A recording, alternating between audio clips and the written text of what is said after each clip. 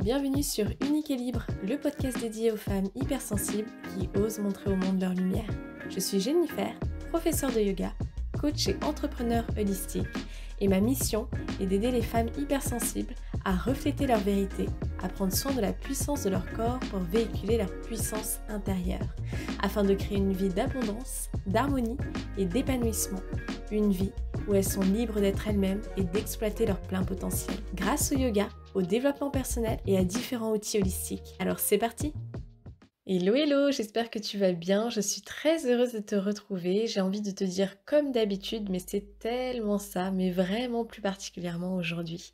Je prends vraiment beaucoup de plaisir à te créer du contenu sous ce format audio, je trouve que ça crée vraiment une intimité entre nous, en tout cas c'est mon ressenti, et puis je dois t'avouer qu'il y a vraiment quelque chose de thérapeutique, voire même d'initiatique, depuis que je me suis décidée à lancer mon podcast, ce magnifique projet qu'est Unique et Libre. Alors avant de t'expliquer plus en détail sur cet aspect thérapeutique qui rejoint mon parcours personnel et professionnel, je t'invite à t'abonner et lorsque cet épisode sera fini, tu pourras laisser directement une note sur ta plateforme d'écoute et le partager à quelqu'un qui chemine également. Pour illustrer ce parcours initiatique, avant que je rentre vraiment dans le sujet principal de cet épisode qui est dédié au yoga au travers ma vision et mon métier, alors cette intro va être un peu plus longue, mais tu comprendras pourquoi à la fin. Tu as pu voir que depuis mon dernier épisode qui est consacré à l'ancrage, mais même un petit peu avant, j'ai pris un peu de distance avec les réseaux sociaux. Je t'ai livré sur le fait que j'avais besoin d'ancrage, que je me retrouvais moi-même dans les propos que je te partageais à travers cet épisode. Et de fil en aiguille, la vie ou l'univers, comme j'aime bien le dire, mais tu peux y mettre tes propres noms sur cette énergie subtile, vitale et divine, plus grande que nous, et que l'on ne peut véritablement pas expliquer, mais qui nous guide chaque jour à qui veut l'entendre. Et je me suis rendu compte que depuis cette pause et bien avant, j'ai pu véritablement entendre, recevoir au travers des synchronicités, des rencontres, des conversations, des intuitions, des messages de la vie, mais avant tout mes propres messages. Ce que je vais te livrer là, je pense que ça va être assez puissant, car déjà je me sens beaucoup plus ancrée, plus enracinée, plus alignée, plus centrée. Et c'est ce qui est dingue quand je te dis ces mots ancrage, enracinement, alignement, centrage, on en reparlera. Mais ce qui me fait sourire, c'est que le jour où je prends cette décision de couper un peu des réseaux, de prendre du temps pour moi, je vais à une librairie comme ça, sans intention aucune, avant de faire une petite course. C'est juste que ça me fait du bien. Les livres ont cette énergie de connaissance, d'apaisement, en tout cas, c'est l'effet que ça me fait sur moi. Et des fois, j'aime juste flâner, mais par moments, j'évite, parce que je suis aussi tentée de dépenser. Bref, et pour l'une des petites synchronicités que j'ai reçues à ce moment, c'est que je regarde comme ça les bouquins et là je tourne ma tête et je tombe sur une pile d'un livre qu'ils venaient de recevoir, je pense parce qu'il était encore dans leur bac de réserve, mais ils étaient posés là, comme s'il y en avait un qui m'attendait et devine le titre. Alignement, centrage, ancrage, enracinement de Marie-Laure Tessèdre. Alors je ne sais pas si je dis bien son nom, excuse-moi Marie-Laure si tu passes par ici. Et forcément j'ai souri parce que c'est un livre que j'avais dans ma liste de livres à lire, mais depuis des mois et des mois. Donc ce n'est qu'une synchronicité parmi tant d'autres qui se sont déroulées ces derniers jours et aussi le week-end dernier où j'ai fait une formation en sonothérapie à l'Entre-deux à La Réunion avec Emmanuel Terminiello, qui est un paysan et sonothérapeute. Un week-end vraiment incroyable, dans un lieu propice et beau dans sa forêt. Et Emmanuel est pour moi un homme d'une humilité, d'une sagesse incroyable, qui est tellement tous les termes que j'ai utilisés avant, sur l'ancrage, etc. Et si connecté, et c'est pas anodin que son projet s'appelle Entre terre et ciel. Et vraiment, ce week-end de formation au travers les bols tibétains de cristaux, où j'ai pu ressentir la puissance du son, de la vibration, c'est vraiment une médecine, mais c'est incroyable. Et je souris parce que c'est un des mots qu'il utilisait beaucoup, mais c'est ça en fait. Et j'ai reçu à travers cet homme lorsqu'il parlait au groupe, donc ça ne m'était pas que destiné, mais à ce moment-là, parfaitement parfait, au bon endroit, au bon moment, mais c'est toujours ça. Ça a fait écho avec les murmures de mon moi profond, de mon âme, que je savais depuis des mois, mais que je ne pouvais pas entendre, ou que je ne souhaitais pas entendre tout simplement. Il y a tant à dire, mais je vais m'arrêter là pour cette longue introduction et je vais te parler maintenant du yoga, de ma vision en tant que pratiquante, professeure, coach, parce que ça rejoint ce que Emmanuel nous a dit lorsqu'on est thérapeute, on est des instruments pour transmettre. Alors là, dans ce cas-là, c'était le son, mais cela vaut aussi pour un autre outil holistique, c'est que notre but principal, c'est d'aider, d'accompagner, de transmettre des connaissances, des outils, des exercices, afin que tu puisses ouvrir tes propres ailes, parce que le but, il est là. Le but ultime lorsque tu entames une pratique, un accompagnement ou que tu vas recevoir un soin énergétique ou autre, et que tu poses cette intention, c'est magnifique déjà. Mais après, même si tu es guidé, il n'y a rien de plus beau, en tout cas pour moi, de voir une de mes élèves pratiquer, réussir à instaurer une certaine routine sacrée dans sa vie, donc sacrée, de l'ordre de la création, et voir que cet élève aujourd'hui se sent mieux grâce à mes cours, ok, mais c'est encore plus gratifiant qu'elle continue de son côté, que les graines ont germé et que la chenille est devenue papillon et qu'elle peut maintenant voler de ses propres ailes. Pour moi, c'est ça le but. Moi, là, c'est jackpot. C'est de créer une dynamique dans la vie de la personne, ouvrir des portes et qu'elle puisse elle-même ensuite créer cette autonomie chez elle, seule, et qu'on se retrouve bien entendu ensemble pour explorer et l'aider à évoluer, même si un jour l'élève dépasse le maître, comme on dit, mais là je trouve ça génial et ça replace également le thérapeute en tant qu'élève aussi, parce que c'est un tourbillon permanent de conscience et d'apprentissage en toute humilité. Ma vision du yoga a beaucoup changé depuis mes débuts et ça continuera d'évoluer parce que c'est un voyage. Je t'invite à écouter l'épisode 5, Yoga, mon histoire, mon parcours, pour que tu puisses mieux comprendre. C'est-à-dire que lorsque j'ai commencé le yoga, ma pratique était très tournée sur les postures, sur le gain de performance, sur l'aspect physique, parce que c'était aussi ce qui était mis en avant, et notamment par les professeurs américains que je suivais.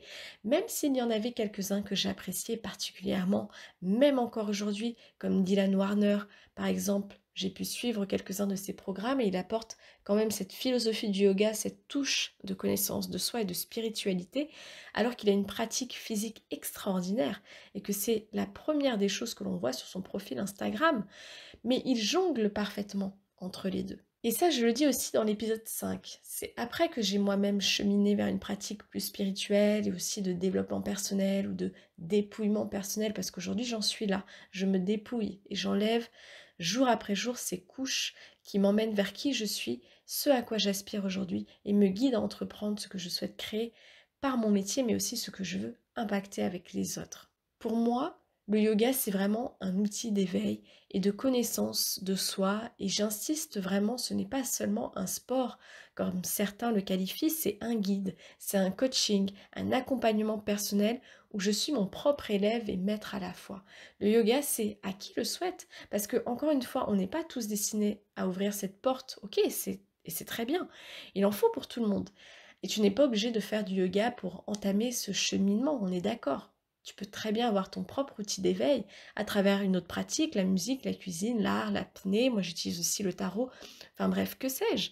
Et garder le yoga, si toi, ça te fait plaisir de voir que l'aspect physique de cette pratique, de le considérer seulement comme un sport, bah écoute, c'est très bien. Tu contribues à ta façon, à ton bien-être. Donc, c'est juste aussi. Moi, je te parle de ma vision, de comment je vois les choses aujourd'hui, mais rien n'est figé, ça pourra encore changer, encore évoluer, parce que ça fait partie du cheminement et que tout est juste au moment où tu t'en sers, où tu en es dans ce que tu vis. C'est-à-dire que ma manière de pratiquer au début était aussi juste qu'elle est aujourd'hui. Parce que sur le moment, la Jen d'avant, elle avait besoin de ça. Elle avait besoin de pratiquer au travers seulement du corps pour se reconnecter à celui-ci. Et quand je te dis ça, c'est juste dingue à quel point ça sonne juste quand je l'exprime. Ça me donne des frissons, quoi. Et je pense qu'en premier, on a besoin de passer par le corps. On est tellement déconnecté de celui-ci qu'on ne ressent plus rien. Au contraire, on est submergé par ce qu'il nous indique avec ses émotions, ses tensions, ses douleurs, ses maladies. Et du coup, on n'arrive plus à décoder le pourquoi on ressent ça. Mais je le répète, et je te le dirai souvent, il est le messager. Sans lui, tu ne peux rien faire, et encore moins créer et vivre la vie que tu désires. Aujourd'hui, moi, le yoga, c'est comme cela que je le perçois. C'est une palette de plusieurs choses qui te sont destinées à vivre une vie beaucoup plus légère et beaucoup plus en harmonie avec ton être et la vie qui t'entoure, sans oublier notre très chère mère, la nature, celle qui nous nourrit et nous soutient en abondance. On dit du yoga qu'il est là pour nous détacher et nous illuminer par la huitième branche, qui est Samadhi, l'éveil spirituel, la connexion avec le divin, atteindre ces états de transe et de pure conscience, d'amour inconditionnel. Et les textes disent que le monde dans lequel on vit est une illusion qu'on appelle Maya ou la matrice, hein, si tu préfères le film. Et je ne suis pas tout à fait d'accord, parce qu'il y a quand même cette connotation de vouloir encore une fois fuir quelque chose, comme si notre vie était d'une façon mauvaise, comme si c'était le purgatoire. Je pense qu'on est là, ce n'est pas seulement pour purifier notre karma, comme le yoga aime le dire, la délivrance de la souffrance que l'on a causée dans des vies antérieures et qu'on s'est causée, mais le karma, c'est hyper complexe, ce n'est pas juste le bien et le mal. Bref, je ne vais pas m'étaler là-dessus. Je suis d'accord sur le fait que nous sommes des êtres spirituels venant vivre une expérience humaine, mais je ne pense pas que notre planète, notre Terre, notre vie est une illusion. Je ne sais pas, hein, je ne détiens aucune vérité.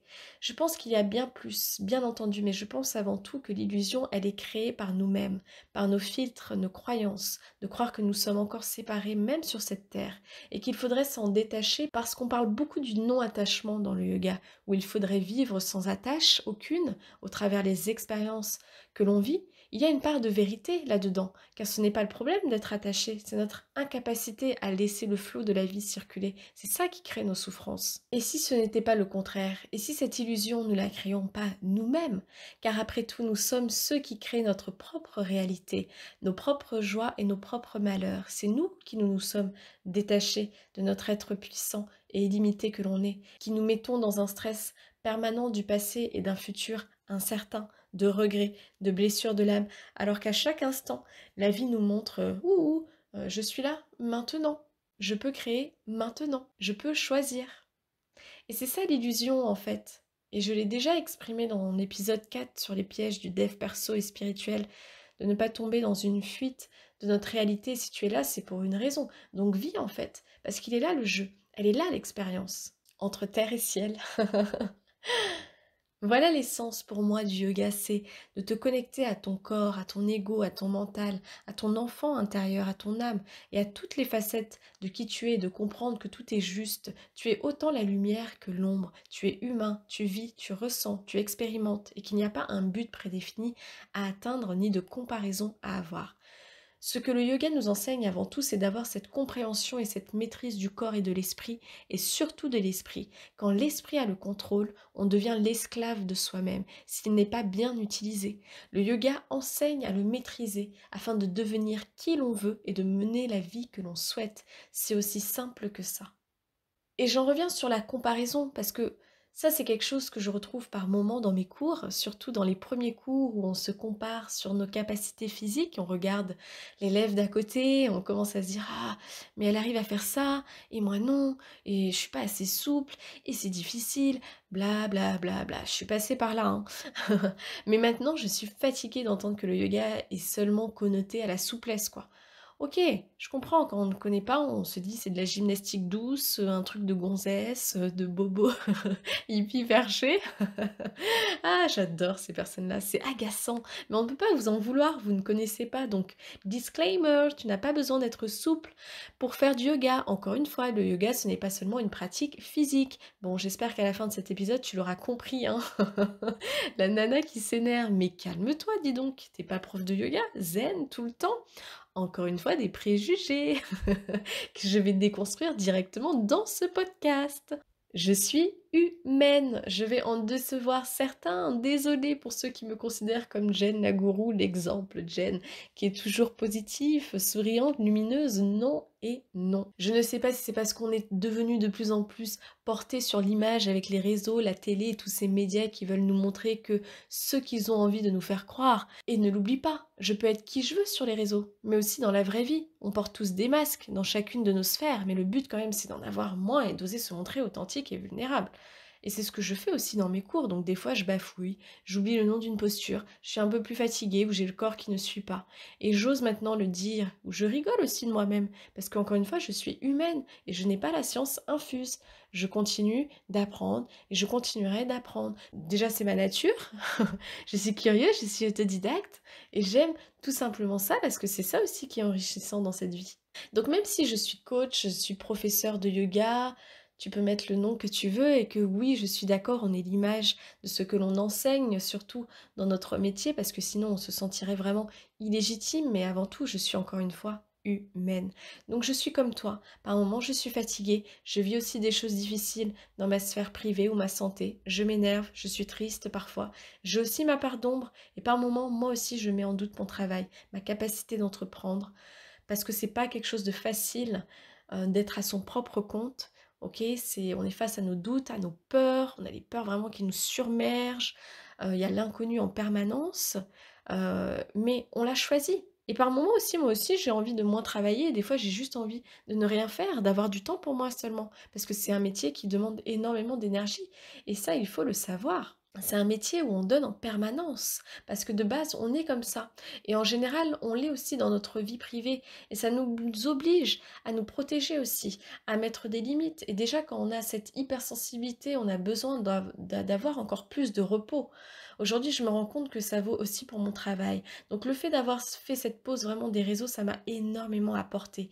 J'ai eu plus de clarté sur ma vie intime, bien entendu, mais aussi sur mon business. Et je pense que je vais l'inclure chaque semaine, où je coupe sur 2-3 jours pour me ressourcer, pour me recharger, pour mieux vous apporter, mais surtout pour être plus alignée avec la vie que j'ai envie de construire. Je te parlerai aussi très bientôt de choses qui vont se mettre en place concernant mon activité, que ce soit en présentiel, mais surtout en ligne. C'est un appel que je ressens depuis un moment et ce qui se passe actuellement dans ma vie pro et perso, c'est vraiment l'univers aussi qui me fait face à des choses en ce moment que je ne voulais pas voir par peur, hein. Il y a toujours cet effet miroir dans chacune de nos situations.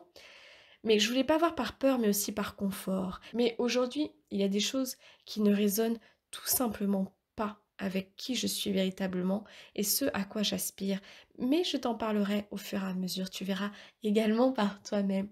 Donc je terminerai sur le fait qu'il y a beaucoup de projets qui vont voir le jour et d'autres qui vont s'éteindre. Parce que tout ça, c'est une magnifique danse de l'impermanence de la vie. Ce que je sais en cet instant en tout cas, c'est que je veux te transmettre à travers le yoga, c'est l'étincelle de ton pouvoir créateur et guérisseur. J'espère vraiment que cet épisode t'a plu. Je te dis à très vite. Prends bien soin de toi. Ciao, ciao.